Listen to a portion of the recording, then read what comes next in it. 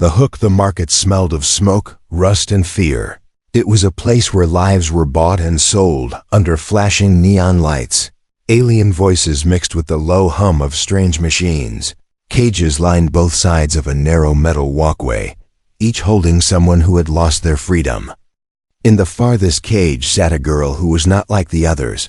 Her skin was pale with a faint silver glow, as if the stars themselves had touched her. Her hair was dark and smooth, falling around her face like a shadow.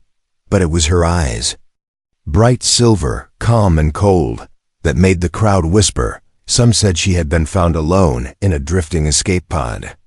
Others claimed she came from a race long gone, wiped out by war. No one knew the truth. And she wasn't telling. She sat still, her hands resting on her knees. She didn't cry, didn't beg, didn't even look at the buyers who passed. It made the merchants uneasy. Most slaves broke quickly, but not her. She was silent. And silence could be dangerous. The auction master, a fat alien with scaled skin, was enjoying the rumors. He waved his hands for the crowd to come closer. "Rare stock today," he called, his voice deep and oily. "She's not like the others, and her price will not be cheap." The crowd moved in, eyes hungry. But before the bidding could start, the air seemed to shift. A man had entered the market, walking with a steady, powerful stride. He was human, tall, with a lean build and sharp eyes that scanned every corner. His clothes were simple, but his boots carried dust from many worlds. The kind of man who had seen trouble and survived it. The auction master's smile widened. "Captain Rian," he said with fake warmth. "Looking for something today?" Rian didn't answer, his eyes already on the silver-eyed girl. The crowd noticed his focus and began to whisper. The girl finally looked up at him, just for a second. Her gaze was steady, not afraid, and it made his jaw tighten. He stepped closer to the cage. "How much?" he asked, his voice calm. The auction master chuckled. "For her? More than you want to pay." "I didn't ask what you think I want to pay," Rian said, his tone flat. The master's smile faltered, but greed won over pride. He named a price, high enough to make the crowd gasp. Without blinking, Rian tossed a small metal case onto the table. The case clicked open, revealing stacked credits. "You're serious," the master said slowly, almost uneasy now. "Very," Rian replied. The crowd murmured, some disappointed, others curious. The master unlocked the cage with a hiss. "Take her," he said, "but remember, you have no idea what you just bought." Rian ignored the warning, holding out his hand to her. She didn't take it. She stood on her own and stepped out. Up close, she was smaller than he expected, but her presence felt larger. The crowd parted as they walked toward the exit. Some looked afraid, others looked hungry for the trouble they sensed coming. Outside, the night was thick with fog and the glow of alien signs. The streets were narrow, the air heavy with the scent of oil and rain. They walked in silence, Rian leading, the girl following without question. Every few steps, she glanced over her shoulder. She wasn't the only one. Rian's eyes kept sweeping the shadows. He could feel eyes on them. Not just curious strangers, watchers, hunters. A shape moved on a rooftop above them. Too fast to be casual, Rian's hand brushed the side of his coat, where a small blaster rested. They turned down a darker alley, the sound of the market fading behind them. "Where are you taking me?" she asked for the first time, her voice low and calm.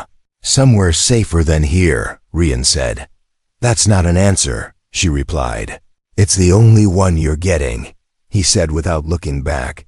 The fog thinned as they reached the edge of the city. Ahead was a docking platform lit by a single flickering lamp. A small freighter rested there, old but sturdy. Its hull was scratched from years of travel, but its engines hummed with quiet power. Rian stopped at the bottom of the ramp and looked back at her. "Get aboard," he said. She hesitated. Her silver eyes locked on his face. She could hear movement again. Someone was following, and high above, in the shadows, a pair of red eyes blinked once and vanished without another word. She walked up the ramp. Rian followed. Sealing the door behind them, The ship's engines roared to life. From the darkness beyond the dock, a shadow stepped forward, watching them rise into the night sky. A slow smile spread across its face. "This will be interesting," it whispered. Asterisk, the rescue or the trap. The hum of the ship's engines filled the narrow corridors. The silver-eyed girl sat in the corner of the passenger cabin, her hands folded in her lap. She didn't look at Rian, and Rian didn't look at her. It was a strange silence. Not the silence of peace, but of two people who didn't know if they were allies or enemies. The ship tilted slightly as it left the planet's atmosphere. Through the small round window, she saw the orange haze of the city vanish into the blackness of space. For a moment, she felt the weight of the world fall away from her shoulders. But freedom was a tricky word. She didn't know yet if this was freedom or just a different kind of chain. Rian stood by the cockpit doorway, watching the stars stretch into long white lines as the ship jumped into faster-than-light travel. He was still alert, still tense. She noticed the way his eyes scanned the controls, the way his hand stayed close to the side holster. This was not a man at ease. It made her wonder. If he had rescued her, who was going to rescue him? "You didn't ask my name," she said finally, her voice soft but sharp. "Didn't need to." Rian replied without turning his head. "You don't care?" She asked. "I care whether you can walk, eat, and stay alive," he said. "Names can wait." She looked away, biting back the reply that rose in her throat. She'd learned a long time ago that names could be dangerous things. The hum of the engines deepened, and the cabin lights dimmed. She thought about asking where they were going, but she could already tell he wasn't the type to explain anything until he wanted to. Instead, she studied him from the corner of her eye. His face was weathered, not old, but marked by the kind of life that left scars on the inside as well. As the outside, he wore no jewelry, no insignia, nothing that told where he came from or who he was loyal to. Only a thin silver chain around his neck, tucked beneath his shirt. The silence was broken by a faint click from somewhere in the ship. Rian's head snapped toward the sound. His eyes narrowed. "You stay here," he said quickly. He stepped out of the cabin, moving with quiet, controlled speed. The girl didn't stay. She moved silently after him, bare feet making no sound on the metal floor. He was heading toward the rear of the ship, toward the cargo bay. The sound came again, metal shifting against metal. It wasn't the kind of sound a machine made on its own. They reached the cargo bay door. Rian held up a hand for her to stop. From his coat, he pulled a small, flat device and slid it against the control panel. The door hissed open slowly. Inside, shadows pooled.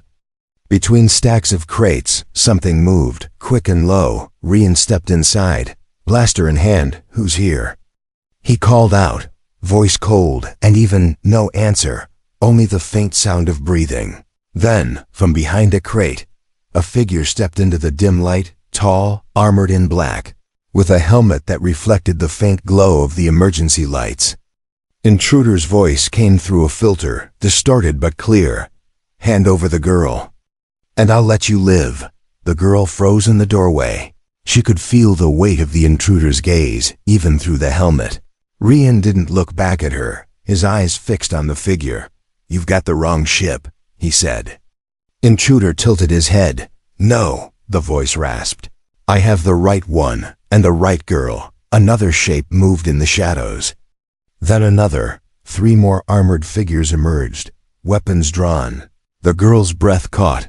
They had been followed from the city. Rian moved without warning, diving behind a crate as blaster fire lit up the bay. Sparks flew as bolts struck the walls. He returned fire, sharp and precise, each shot forcing the attackers to take cover. "Move!" Rian shouted at her. She hesitated for a split second, then darted toward the cockpit, but one of the intruders blocked her path. The helmeted head turned toward her, and the voice came again. "She is the key," it said, almost like a prayer. Before the figure could reach for her, a blaster shot struck him in the chest. Rian was there, pulling her behind him. "You stay where I tell you, or we both die," he growled. They fought their way back toward the cockpit. One attacker fell, then another. The last two retreated, slipping out through a side hatch before Rian could stop them. He sealed the hatch and leaned against the wall, breathing hard. The girl stood.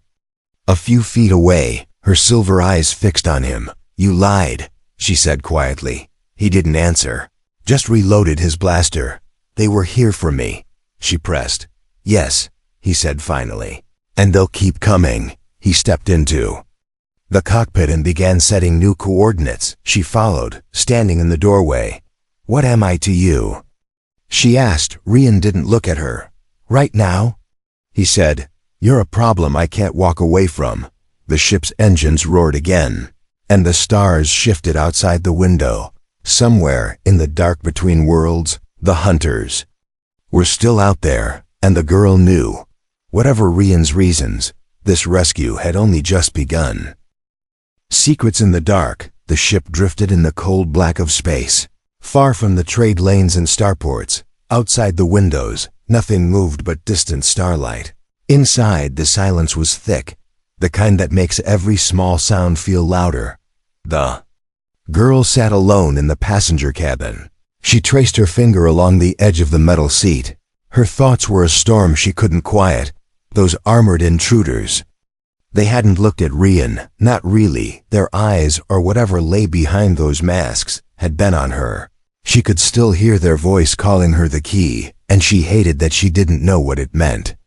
From the front of the ship came the faint sound of Rian's boots moving across the deck. Then, a softer sound, the click of a comm device switching on. She rose silently and moved to the doorway. He was in the cockpit, leaning over the controls. The glow from the screens lit the hard lines of his face. "I've got her," Rian said quietly into the comm. His voice was low, controlled, but there was something in it, a weight she hadn't heard before. A voice answered from the other, and sharp and urgent. "You have to get her off the Syndicate's grid, Rian. If they track you, it's over." "I know," he replied. "I don't think you do," the voice said. "If they find her, they'll burn through entire worlds to take her back." The girl's breath caught. Her hands tightened against the doorframe. Burn through worlds? For her? She didn't move, afraid to make a sound. "Any sign they tagged your ship?" the voice asked. Rian glanced at a side monitor. "No trackers I can see, but they'll keep hunting. They won't stop. Then you'd better decide fast," the voice said. "Decide what?" Rian asked. "Whether you're going to protect her or turn her in before she gets you killed." The line went dead. Rian leaned back in his chair, rubbing his face with one hand. The girl slipped away before he could turn around. Her pulse was pounding in her ears. She returned to the passenger cabin and sat down. The walls of the ship suddenly felt smaller. Her thoughts twisted. If he was thinking about turning her in, why hadn't he done it already?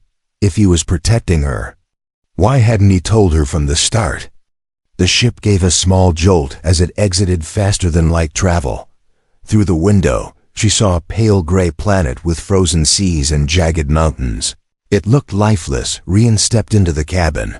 "We'll land here," he said simply. "Why?" she asked. "Because they won't follow us into a dead system," he replied. But there was something in his eyes, a flicker of doubt, that told her he wasn't sure of that at all. They descended through thin, icy clouds. The landing skids crunched into frozen ground. The engines powered down, and the silence returned. Rian stood by the hatch. "Stay close to me," he said. "Afraid I'll run?" she asked. "No," he said. "Afraid they'll catch you." When the hatch opened, a blast of cold air swept inside. The planet was silent except for the wind. Snow crunched under their boots as they stepped out. The horizon stretched empty. No life, no movement. But the girl couldn't shake the feeling they were being watched. Far above, against the pale sky, a small black dot moved, too slow to be a bird, too steady to be a drifting cloud. Her silver eyes narrowed. The dot grew larger. It was a ship, coming in fast. First blood, the black ship dropped out of the sky like a hunting bird. Its engines cut through the icy wind with a deep, hungry roar. Rian's eyes narrowed the moment he saw it. "That's not a cargo hauler," he said quietly. "That's a syndicate hunter." The girl felt her stomach twist. They had found her again, faster than she thought possible. "How?" she asked, her voice low. "They never stop," Rian replied, already moving. "Get inside now." She turned toward the ramp, but the black ship fired first. A streak of red light cut through the snow, exploding against the ground just meters away. The blast threw her off her feet, cold ice scraping her skin. Rian was already there, pulling her up by the arm. "Move," he shouted. The hunter ship landed hard, its skids throwing up snow and ice. The hatch slid open and syndicate soldiers poured out. They wore the same black armor as before, but heavier. Their rifles were sleek and silent. Their helmets reflected the pale light, hiding any sign of humanity. Rian drew his blaster with one hand and pushed the girl behind him with the other. The first shot from his weapon dropped the lead soldier. The second burned through the armor of another, but the rest kept coming, moving in a tight formation. The girl's breath came fast in the freezing air. Her body told her to run, but her mind knew there was nowhere to go. The icy plain stretched endless in all directions. If she ran, she'd be cut down before she made 10 steps. One soldier broke formation and rushed her. She stumbled back as the black visor filled her vision. Before he could reach her, Rian stepped in. His elbow slammed into the soldier's helmet, the blaster firing point blank into his chest. The soldier dropped without a sound. They were being pushed toward the ramp of their own ship. Rian fired, ducked, moved. But the syndicate was pressing hard. A red bolt grazed his shoulder, spinning him sideways. The girl caught him by the arm before he fell. "Keep going," he barked, shoving her toward the ramp. Another soldier landed in front of them, blocking the way. This one didn't shoot. Instead, he raised a strange, curved blade. The girl froze. Her silver eyes locked on the weapon. It was carved with symbols she recognized. Symbols from her own people. Her voice trembled. "Where did you get that?" The soldier didn't answer, only lunged forward. Rian caught the soldier's wrist, twisting hard. The blade clattered into the snow. The girl snatched it up without thinking. It felt right in her hands, almost as if it had been waiting for her. The soldier went down, and Rian grabbed her wrist, pulling her up the ramp. As they reached the top, the black ship fired again. The blast shook the freighter, rattling metal and throwing them against the wall. Rian slammed the hatch shut and stumbled toward the cockpit. "Strap in," he shouted over the alarms. The girl slid into the co-pilot's seat, the blade still in her hands, through the window. She saw the hunter ship lifting again, preparing to fire. Rian's hands flew over the controls. The freighter's engines screamed as they roared to life. Snow blasted away from the skids as they shot upward. The hunter gave chase immediately. Bolts of red light streaked past the cockpit windows. The ship shook with every near hit. Rian's jaw was tight, his eyes sharp. "They're faster than us," the girl said. "I know," Rian replied. "Hold on." He dove the ship low, skimming over jagged ice ridges. The hunter followed, weaving between the frozen peaks. A shot from their blaster cannons shattered a ridge behind them, sending shards the size of houses tumbling into the path of the black ship. For a moment, the hunter slowed. It was enough. Rian pulled them into the thin upper atmosphere, engines burning white, when they finally broke free of the planet's gravity. The hunter was still out there, but falling back. They must have decided it wasn't worth the chase, at least. Not today. The girl sat breathing hard, staring down at the blade in her lap. Rian's voice cut through the silence. "There. Not just after you," he said. "They want something you have, something you don't even know you're carrying." Her silver eyes met his. "I don't know anything," she said. "You will," he replied, his voice low. "But when you do, the whole galaxy will want you dead."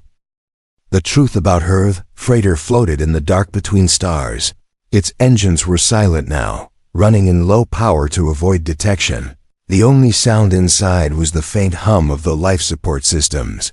The girl sat in the co-pilot's seat, the curved alien blade resting across her knees. She kept running her fingers over the strange markings. Every line, every curve, stirred something in her chest, a feeling she couldn't name. It was like remembering a dream you weren't supposed to forget. Rian leaned back in the pilot's chair, staring out at the empty black. For a long time, neither of them spoke. Finally, she broke the silence. "That soldier. He called me the key. What does that mean?" Rian didn't look at her. "You're not ready for the answer," he said. Her voice sharpened. "You think I'm a child?" "I think you're someone who's been lied to your whole life," he replied quietly. She stood, her voice low but hard. "If I'm in danger because of who I am, I have the right to know why," Rian sighed, turning his chair to face her. For the first time, she saw something in his eyes that wasn't cold calculation. It was hesitation.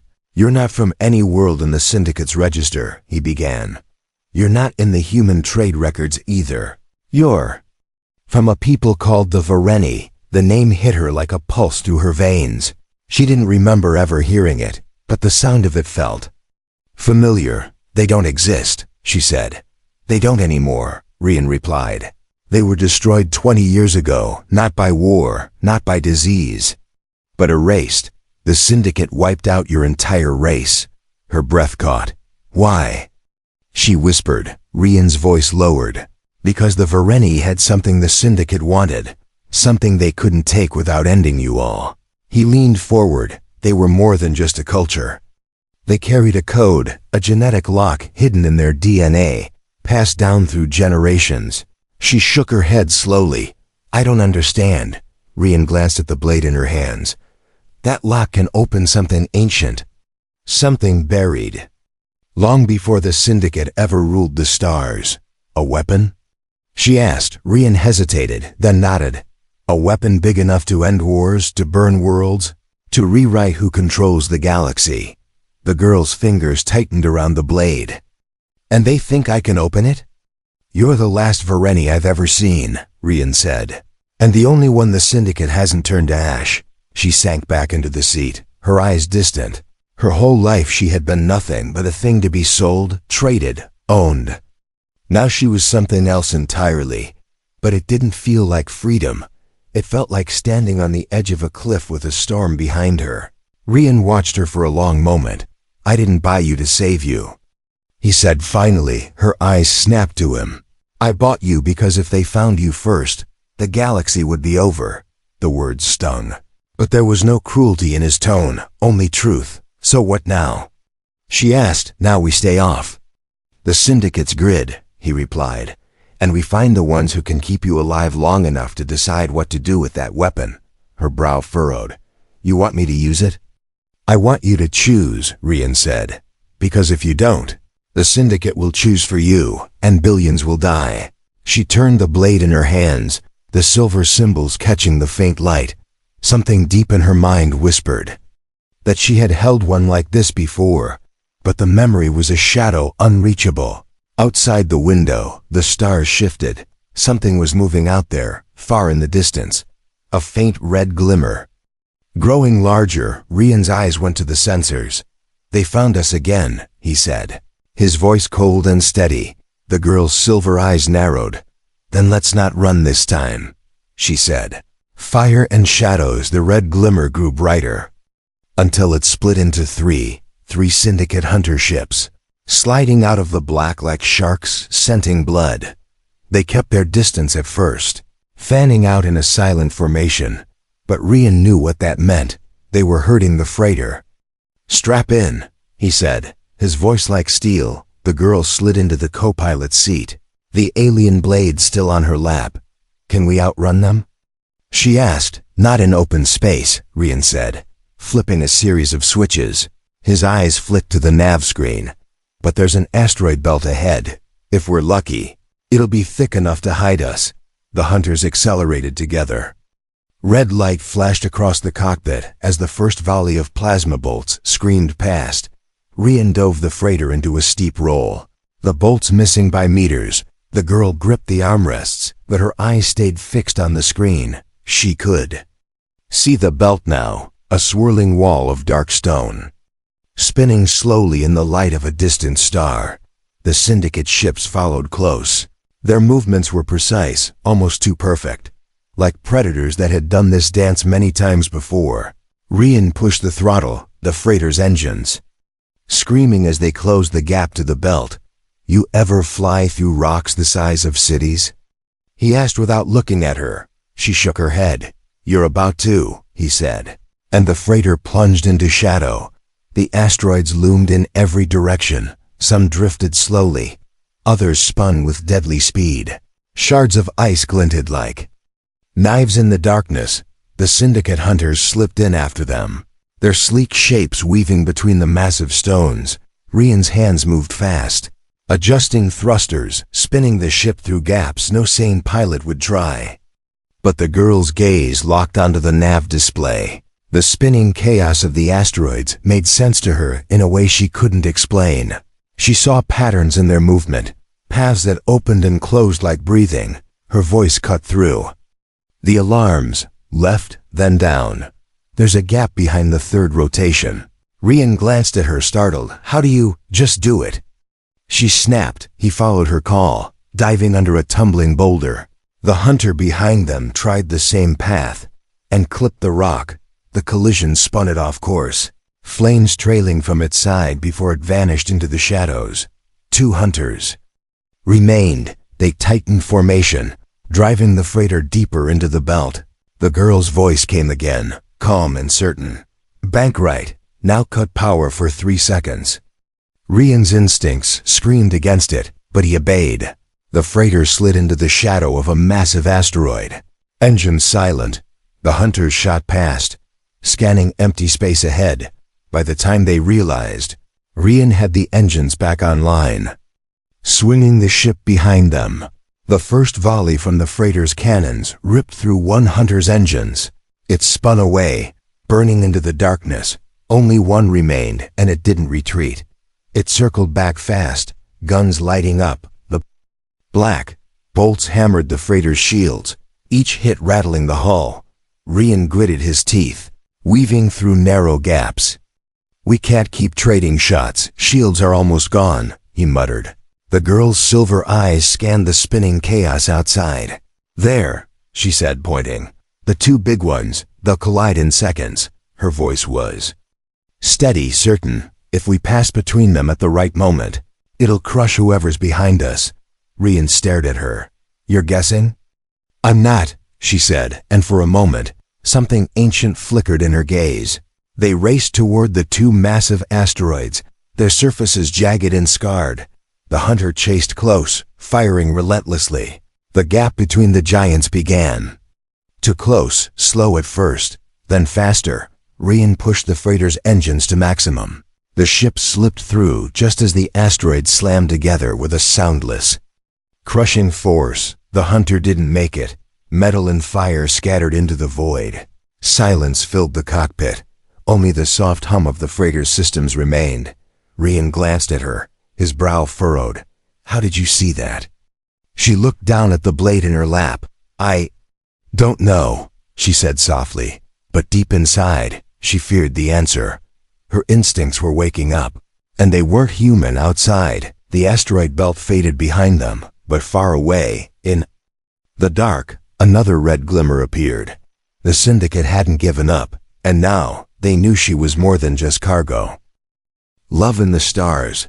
The asteroid belt was long behind them now, but the silence in the cockpit wasn't relief. It was the heavy kind, the kind that follows after you've survived. But you know the danger hasn't ended. Rian sat in the pilot's seat, hands resting on the controls. The girl sat beside him, the alien blade across her lap.